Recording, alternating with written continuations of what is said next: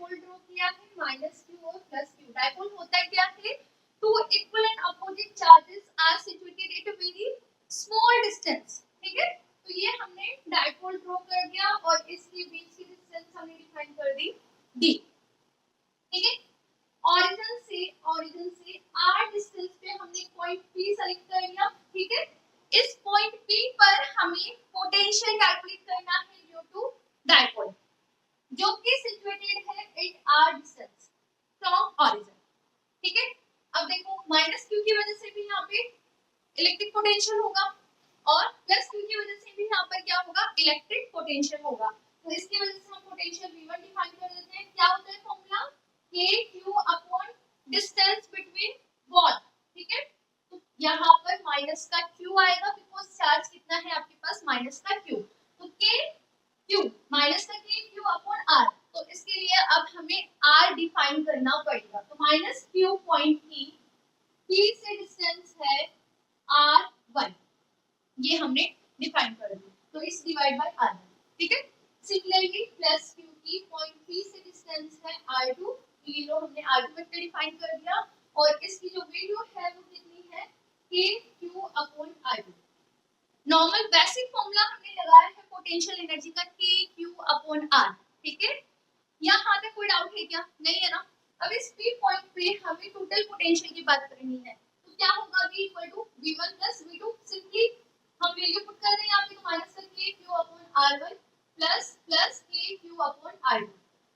ये पता है ना आपको, K रख के क्या होता है, 1 अपॉन 4 पाई एप्सिलॉन नॉट, इसकी वैल्यू होती है 9 × 10 पावर 9। ठीक है, आप यूनिट लगा लेना यहाँ पे। इसके आगे यदि हम इसको सिंपलीफाई करें तो KQ 1 upon R2 minus 1 upon R1। आपका एक्सप्रेशन ये आता है पोटेंशियल का at point P due to this dipole. ठीक है, अब टारगेट क्या है, हमें R1 और R2 नहीं पता और R1 और R2 ही कैलकुलेट करना है हमें। ये कैलकुलेट करके ये वैल्यू हमने यहाँ पुट कर दी तो आपका आंसर ही निकल कर आ जाएगा। प्रोसेस समझ आई आपको। तो ना अपना नेक्स्ट टारगेट क्या रहेगा, हमें R1 कैलकुलेट करना है और R2 कैलकुलेट करना है। सबसे पहले इसकी थ्योरी लिख लो, उसके बाद हम आगे की प्रोसेस करते हैं। यहाँ तक तो चीज पकड़ आई ना आपको, कॉन्सेप्ट पकड़ आ गया। ठीक है, बढ़ो आगे। तो सबसे पहले हम क्या लिखें, we consider dipole, we consider two equal and opposite charges, equal and opposite charges are situated at very small distance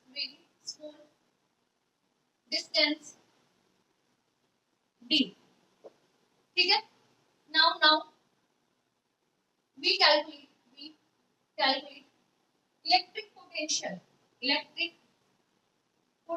at point P,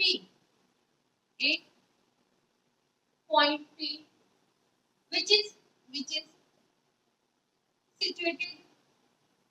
at r distance, या फिर हम बोले position vector r situated at position vector r from origin o।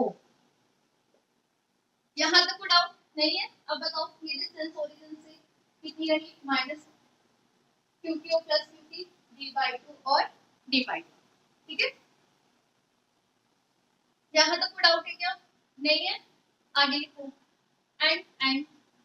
and distance of point P from charge minus Q and charge plus Q is defined by distance defined by R1 and R2। ठीक है, ये हमने यहाँ पे theta angle बना दिया, and theta will be angle between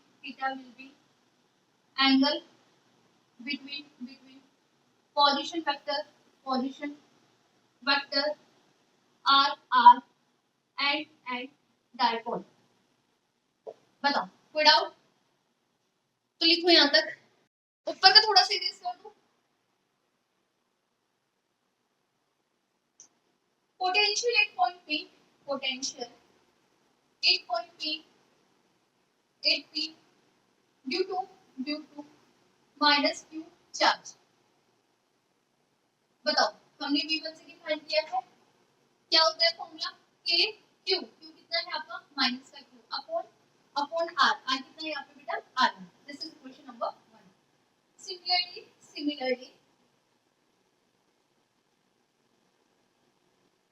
similarly potential 8 point P due two plus Q charge. बताओ कितना आएगा, V2 से डिफाइन कर दे K Q upon distance between both कितनी है R2। टोटल पोटेंशियल की हम बात करें, टोटल पोटेंशियल बताओ कितना आएगा, total potential V equal to V1 plus V2। ठीक है, तो पुट कर दे वैल्यूज, तो V कितना है आपके पास, V1 कितना है K Q अपॉन R1 और माइनस का sign plus K Q upon R2, तो V आपका कितना निकल कर आ रहा है K Q 1 upon R2 minus 1 upon R1। लिखो यहाँ पर। नाउ अब हमें क्या करना है, R1 और R2 को कैलकुलेट करना है, तो यहाँ डायग्राम से हम R1 और R2 कैलकुलेट करेंगे। कर दो थोड़ा सा पता है, ठीक है लिखो अब यहाँ पे। Now we calculate, now we calculate,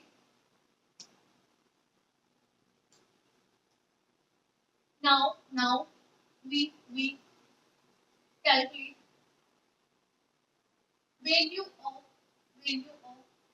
R1 and R2। ठीक है, अब कैसे कैलकुलेट करना है अच्छे से समझना है इस चीज को, और इस इक्वेशन को आप दे दो इक्वेशन नंबर 3। ठीक है, 1 upon R2 minus 1 upon R1। ध्यान रखना आप एक्सप्रेशन, या तो मैं इधर लिखूंगी अभी इस तरह। ठीक है, सो नाउ क्या करें, R2 कैलकुलेट कर लेते हैं पहले। R2 कैलकुलेट करने के लिए क्या करूं, यहाँ पर आऊं। ठीक है, R low P P A A और ये B, ये मैंने नाम दे दिया। अब देखो 4 calculate R1, 4 calculate R1, R2 पहले R2 कैलकुलेट करना है। ठीक है, पहले हम R2 कैलकुलेट करते हैं, तो आप केवल इस ट्रायंगल पे आओ, P P O O, ये रही आपकी डिस्टेंसेस की ये और ये। ठीक है, ये है आपका R2, ये है आपका R और ये रहा आपका B पॉइंट, यहाँ पे प्लस Q चार्ज रखा हुआ है। अब एक चीज तो समझ आ गई ना आपको कि ये वाला जो डिस्टेंस है वो बहुत स्मॉल है, क्योंकि डायपोल होते ही है कि two equal and opposite charges situated at a very finite distance या वेरी स्मॉल डिस्टेंस। ठीक है, तो ये तो मैंने आपको केवल डायग्राम में दिखाने के लिए बड़ी बनाई है ताकि आप अच्छे से समझ पाओ। एक्चुअली में तो मैंने आपको बताया था ना कि केवल माइनस क्यू प्लस क्यू, तो इतनी कम डिस्टेंस है और ये जो पॉइंट पी है वो हमने बहुत दूर लिया है, बहुत दूर लिया है, तो माइनस क्यू की इस तरह से कुल मिला के जो आपका एक्चुअल डायग्राम रहेगा वो इस तरह से रहेगा, ना कि ये रहेगा। ये तो आपको समझाने के लिए बनाया है ताकि आप अच्छे से डेरिवेशन को समझ पाओ। ठीक है, तो हम बात करें इस वाले ट्रायंगल की। ठीक है, इसकी बात करूं मैं इस वाले ट्रायंगल की। यहाँ पे मुझे R2 कैलकुलेट करनी है, तो R2 कैलकुलेट करने के लिए हम क्या करेंगे, जो आपके पास स्मॉल लेंथ वाली लाइन है, स्मॉल लेंथ है। ठीक है, इसकी लेंथ इससे कम है ना, तो स्मॉल लेंथ से हमें क्या करना है, परपेंडिकुलर ड्रॉ करना है। कैसे, इस बी पॉइंट से मैं क्या करूंगी, OP पर परपेंडिकुलर ड्रॉ कर दूंगी। ये इस तरह से मैंने परपेंडिकुलर ड्रॉ कर दिया। परपेंडिकुलर क्यों ड्रॉ किया है, जैसे मैं परपेंडिकुलर ड्रॉ करूंगी तो ये वैल्यू और ये वैल्यू आपका क्या हो जाएगा, इक्वल हो जाएगा ना। इसको कैसे कैलकुलेट करें, इसको तो बहुत इजी हो जाएगा, यदि मैं ये कैलकुलेट कर लूं तो ये निकल कर आ जाएगा ना R से। ये टोटल OP है, इस OP में से ये डिस्टेंस माइनस कर दूंगी तो ये निकल कर आ जाएगा। ठीक है, जैसे अच्छे से सुनना, वापस मैं रिपीट कर रही हूं, हमने क्या करा है, R2 को कैलकुलेट करने के लिए B पॉइंट से OP पर परपेंडिकुलर ड्रॉ करा है, जिसको मैं नाम दे देती हूं, देखो BM। मैंने परपेंडिकुलर ड्रॉ करा है BM। ठीक है, जैसे हमने परपेंडिकुलर ड्रॉ करा तो ये इसके इक्वल हो गया। ठीक है, अब इसको कैलकुलेट करना तो अपने लिए इजी है ना, क्यों, क्योंकि OP मुझे पता है। ठीक है, OP में से मैं इसको माइनस कर दूं, ये यदि मैं थीटा एंगल है ये भी पता है मेरे को। ठीक है, ये कैलकुलेट करके इसमें से मैं इसको माइनस कर दूं तो ये डिस्टेंस आ जाएगी, ये डिस्टेंस आ गई, मतलब R2 कैलकुलेट होकर आ गया। ठीक है, तो इसके लिए क्या करेंगे, for do this, we draw at perpendicular BM, ठीक है, on OP। ये हमने परपेंडिकुलर ड्रॉ कर दिया, ठीक है। जैसे हमने परपेंडिकुलर ड्रॉ किया तो by the triangle OBM, by the triangle OBM, बताओ ये हम कैलकुलेट कर ले। यहाँ पे आप ऐसा करो, ये भी लिखो, we draw a perpendicular on OP, so R so मतलब मैं आपको क्या बोलना चाह रही हूँ, R2 इक्वल टू क्या होगा आपका OP माइनस O1। ये बात पकड़ आ गई, ये चीज समझ आ गई।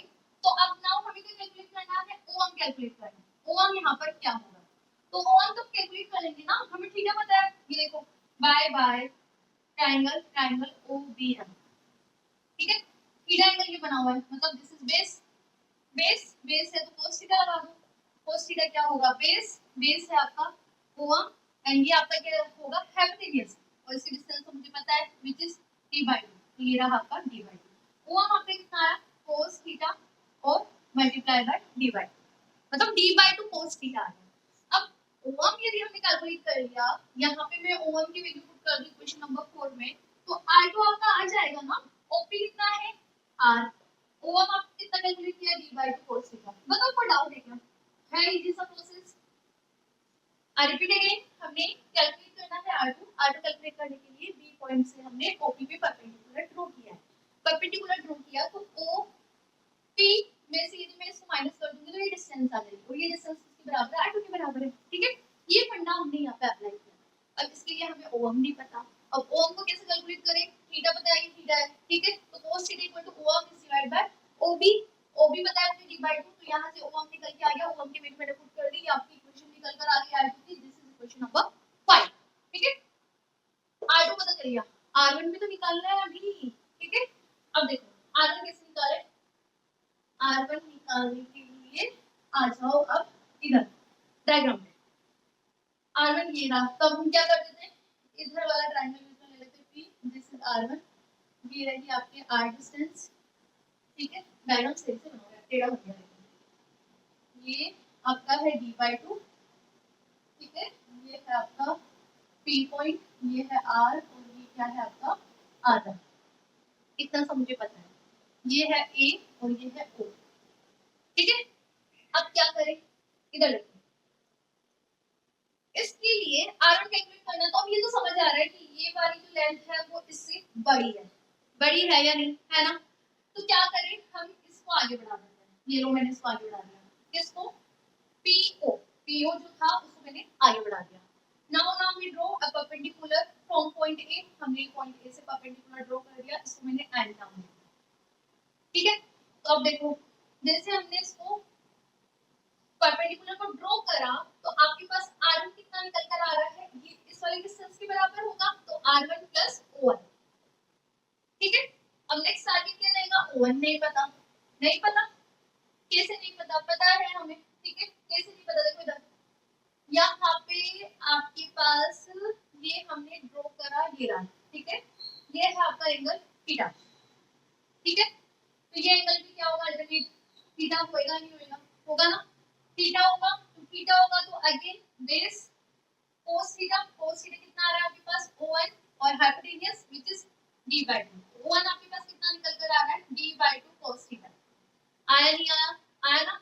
बेसिकली हमने ये एंगल थीटा था, तो अल्टरनेट एंगल से इस एंगल को भी थीटा बोला, तो फिर इसके बाद हमने यहाँ पे अगेन ट्रिग्नोमेट्री अप्लाई कर दी। अब O1 पता लग गया, तो R1 कितना है आपका, R1 equal to R1 plus d/2 cos of theta. अब देखो R1 पता है, R2 पता है, क्या करें, ये रे वैल्यू पुट कर देते हैं और सिंपलीफाई कर देते हैं, सो वी पुट इसको इक्वेशन नंबर 6 ले लो, 5 एंड 6 ये इक्वेशन नंबर 3, ठीक है।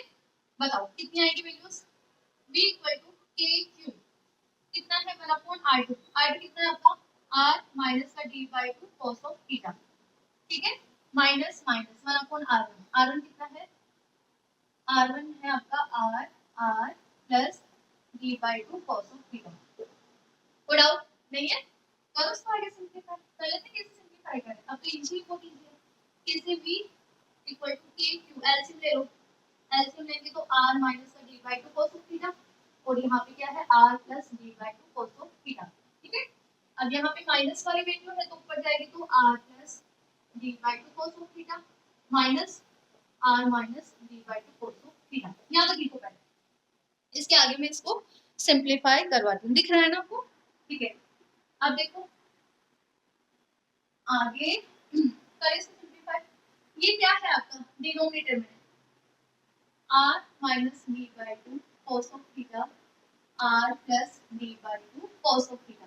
क्या मैं इसको लिख सकती हूँ r स्क्वायर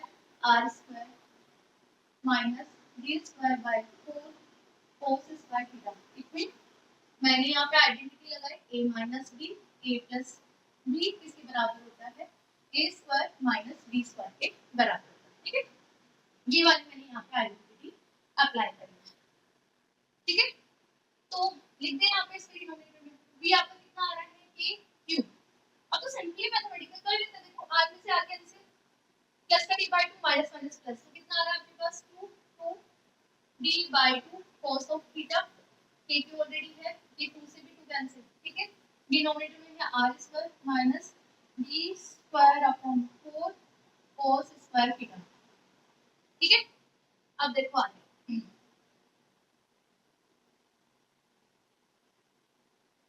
इधर देखो, तो आपके पास b कितना आ रहा है k q d cos of theta upon d यहाँ पर है क्या डिस्टेंस किसकी प्लस q माइनस q के बीच की, क्योंकि बहुत छोटी है r से, है या नहीं?